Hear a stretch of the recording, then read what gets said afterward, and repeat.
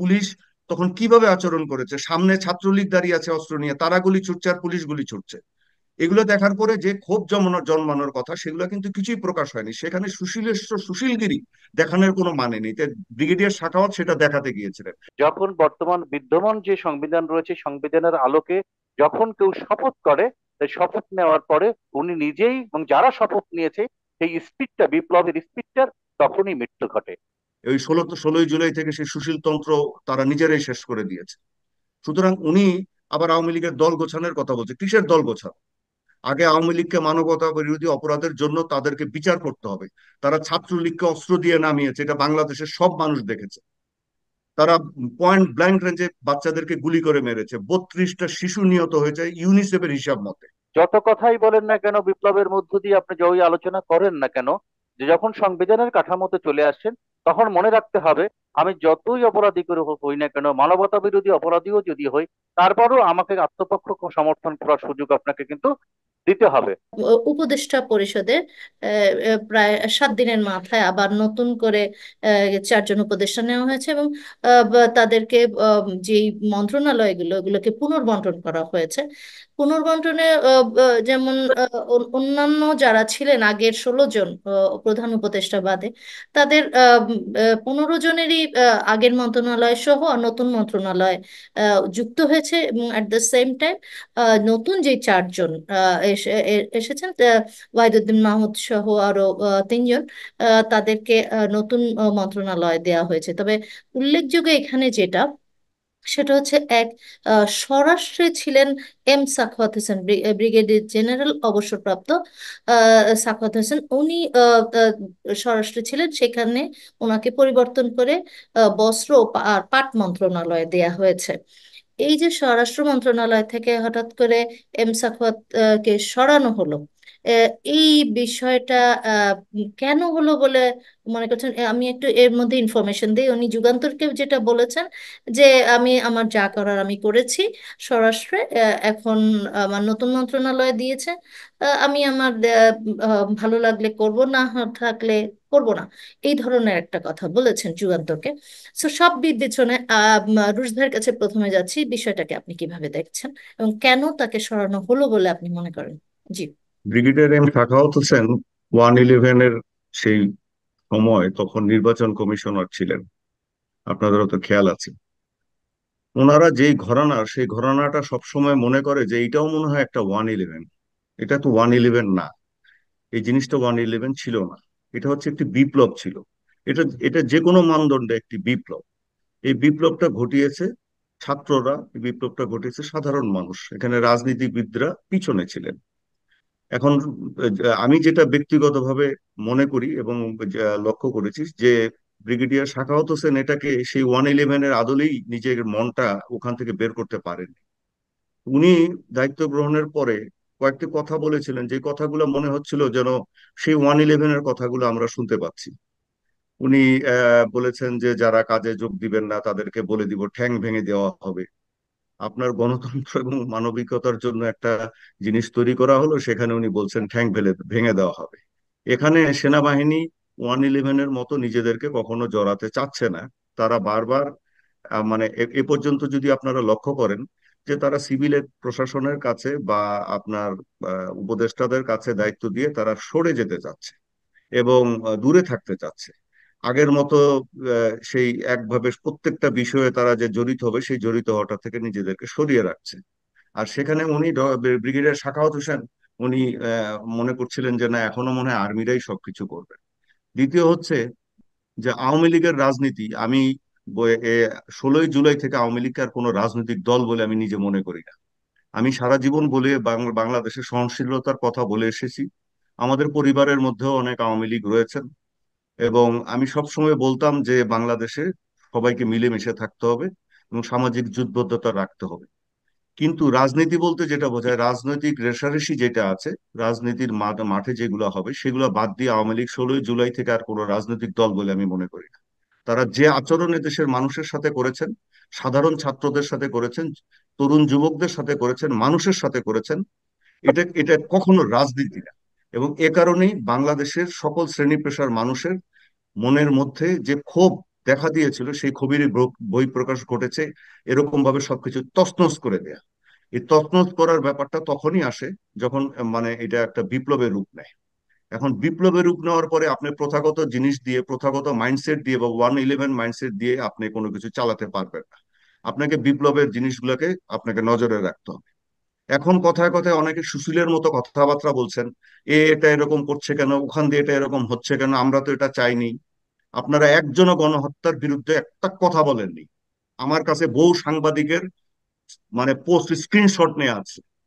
আমি একজন নিজে 33-34 বছর সাংবাদিকতা করি, কোনোদিন এরকম অমানবিক জিনিস দেখিনি যে কোনো দেশের সাংবাদিকরা লিখতে পারে। স্বাধীনতা সাংবাদিক ফোরামের নামে যা তা লেখা হয়েছে, আমার কাছে স্ক্রিনশট আছে।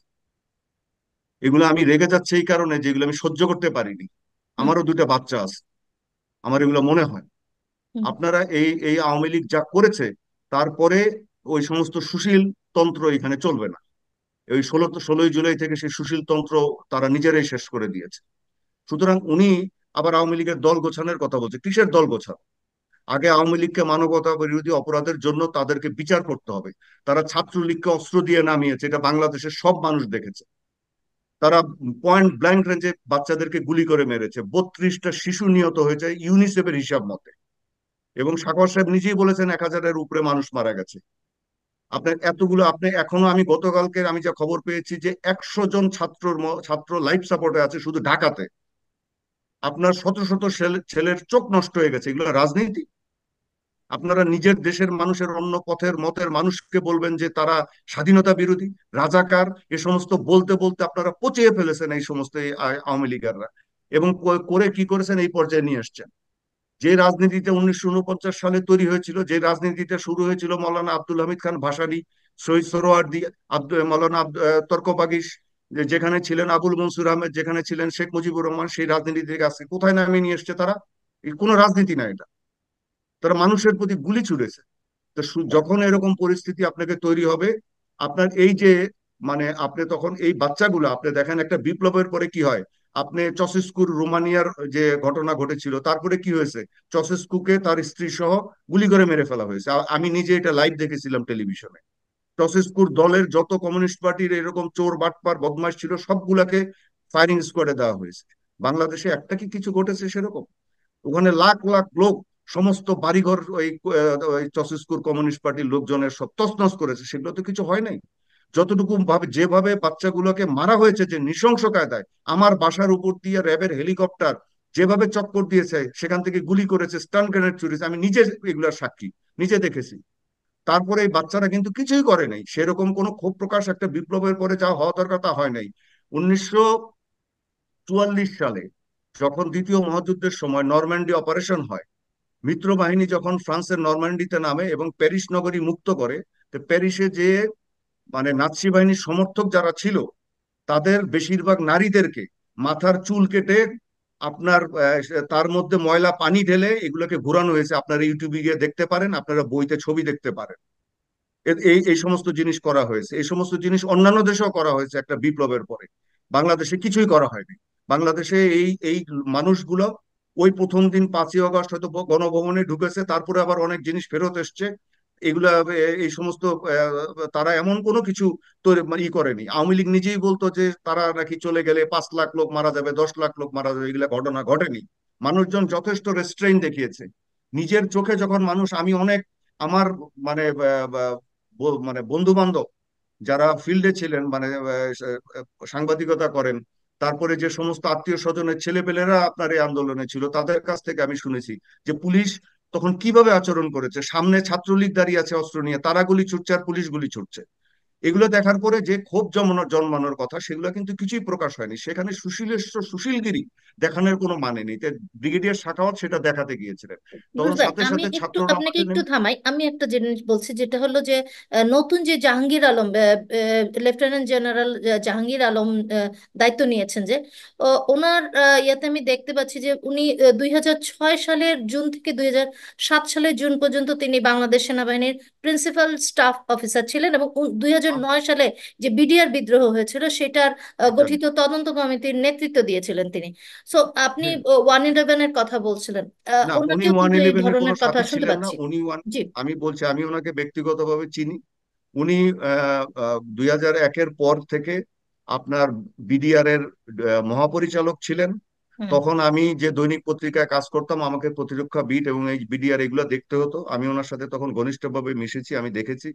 তখন আমাদের বিডিআর আমাদের সীমান্তে যেভাবে সমস্ত কিছু রুখে দাঁড়াতো এবং যেভাবে কাজ করেছে, এটি ইতিহাস হয়ে থাকে। এগুলো অনেকে আপনারা জানেন না, হয়তো আমরা দেখেছি।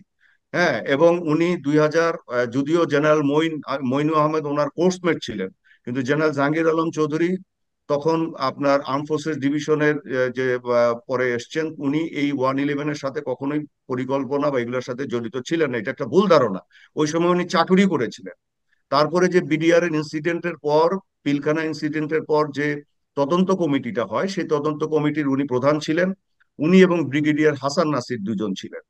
এবং যে রিপোর্টগুলা আমি ব্রিগেডিয়ার হাসান নাসিরের কাছ থেকে ব্যক্তিগতভাবে শুনেছি, আপনারা জিজ্ঞেস করে দেখতে পারেন, যে যে রিপোর্ট গুলা ওনারা ফাইন্ডিংস গুলা পায়, আওয়ামী লীগের যে সমস্ত নেতা নেত্রীদের জড়িত থাকার স্পষ্ট সুস্পষ্ট প্রমাণ, সাক্ষ্য প্রমাণের ভিত্তিতে পায় সৈনিকদের কাছ থেকে, সেগুলা তখন তদানীন্তন প্রধানমন্ত্রী শেখ হাসিনা সেই রিপোর্ট গ্রহণ করতে অস্বীকৃতি জানান।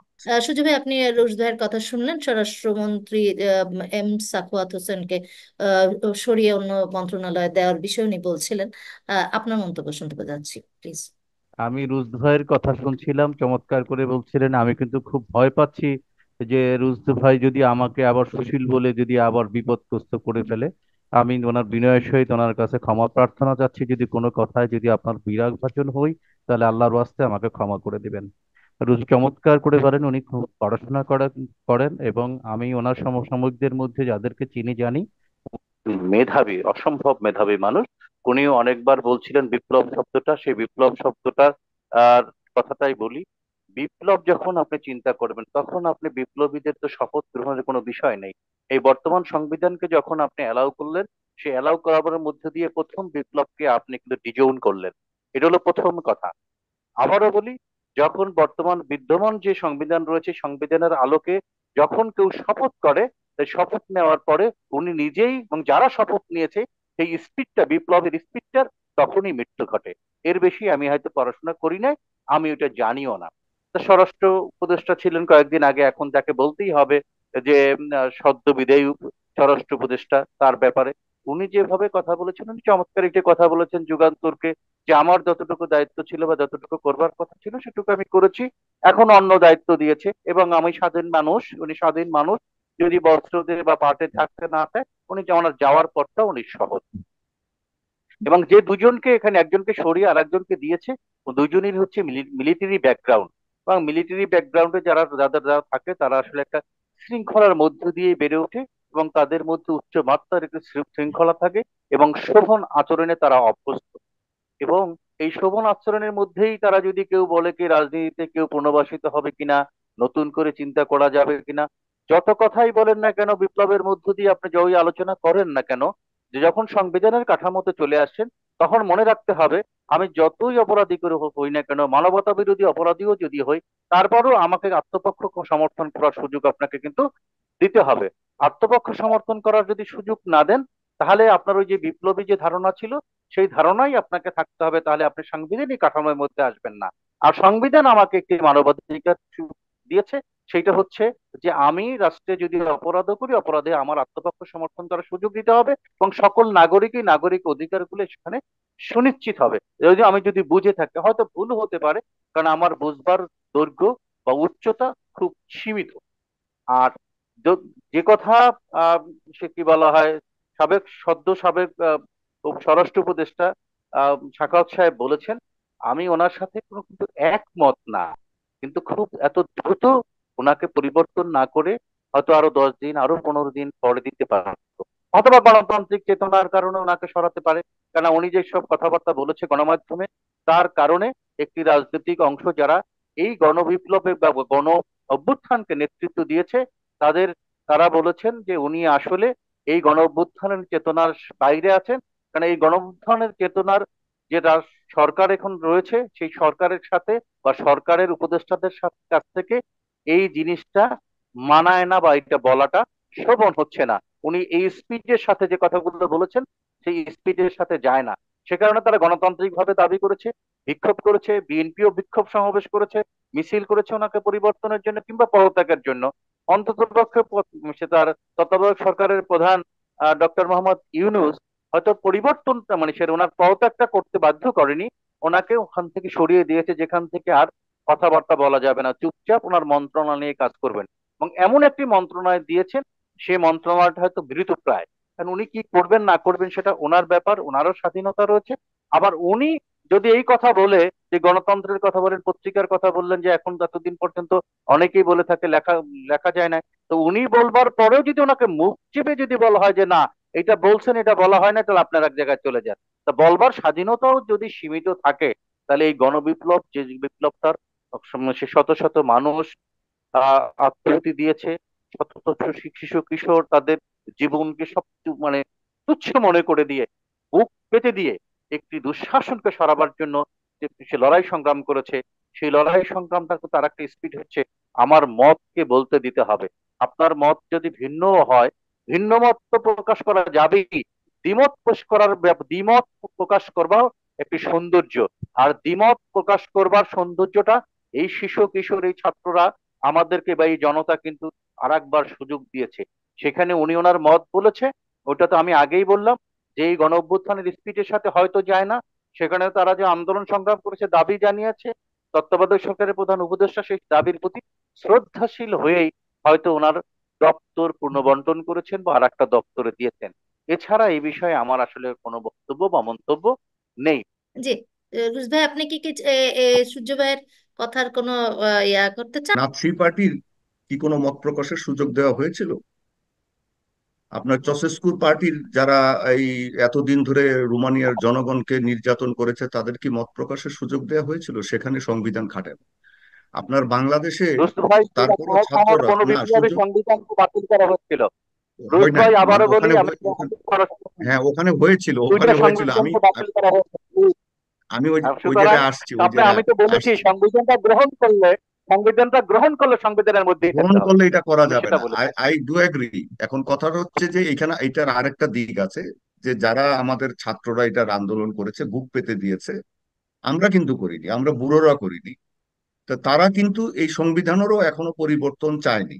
তারা চেয়েছে যে ঠিক আছে আবার দেশটা নর্মাল ভালো মানে সুষ্ঠু জায়গায় ফেরত আসুক, কিন্তু তার মানে এই না যে তাদের রক্তের দাগ না শুকাতে শুকাতে এই যে দেখেন, এখন একটা খবর এই যে এই মাত্র এসছে, দেখেন আরেকটা ছেলে আজকে মারা গেছে।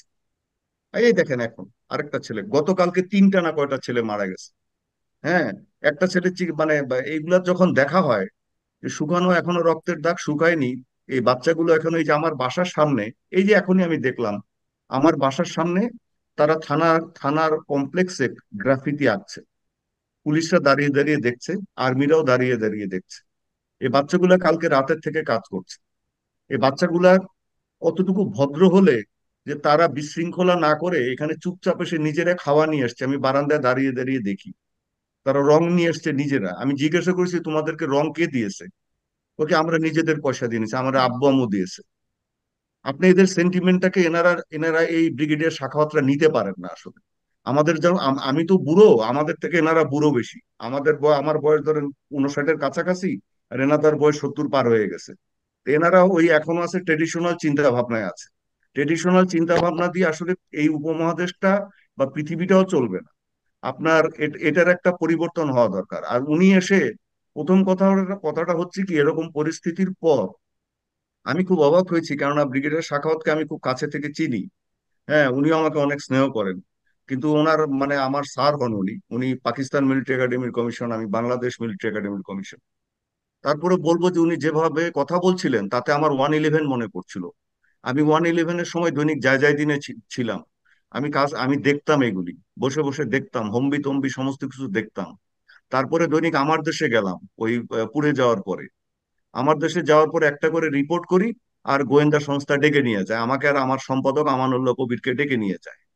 তারপরে চিন্তা করলাম যে এরকম ভাবে এই রকম ভুটের আওয়াজ যেখানে পাওয়া যায় সেইখানে আর সাংবাদিক মানে পত্রিকাতেই কাজ করব না। তা আমরা ওই বুটের আওয়াজ বা এই ধরনের পরিস্থিতি তো আর চাই না। কিন্তু কথাটা হচ্ছে, সংবিধান হয়তো এক সময় বাংলাদেশের সংবিধান নিয়ে চিন্তা করা হবে। যে অবস্থা দাঁড়াচ্ছে আপনি লক্ষ্য করেন যে এই প্রথম বাংলাদেশ, এই আপনার জাতিসংঘের একটা টিম এই সপ্তাহে আসছে, মানবাধিকার বিরোধী যে কর্মকাণ্ডগুলা ঘটেছে সেগুলো তদন্ত করতে আসছে। Don't take it lightly. এবং তাদের কাছে যথেষ্ট তথ্য, প্রমাণ, সমস্ত কিছু রয়েছে। আপনাদের যদি মনে পড়ে যে 3রা আগস্ট তারা জাতিসংঘ থেকে বিবৃতি দিয়েছিল যে এই আমাদের আইন শৃঙ্খলা রক্ষাকারী বাহিনী এবং অন্যদের বিরুদ্ধে যে হুম। মানবাধিকার বিরোধী সমস্ত তথ্য প্রমাণ তাদের কাছে যা আছে তাদের আইন অনুযায়ী তারা ব্যবস্থা নিতে পারে। আমাদের যেটা হয়েছে, আমাদের সশস্ত্র বাহিনী তারা বুদ্ধিমানের মতো এখান থেকে নিজেদেরকে সরিয়ে এনেছে, তারা জনগণের পাশে এসে দাঁড়িয়েছে। যদি না দাঁড়াতো তাহলে কিন্তু অবস্থা অনেক খারাপ হয়ে যেত। আচ্ছা।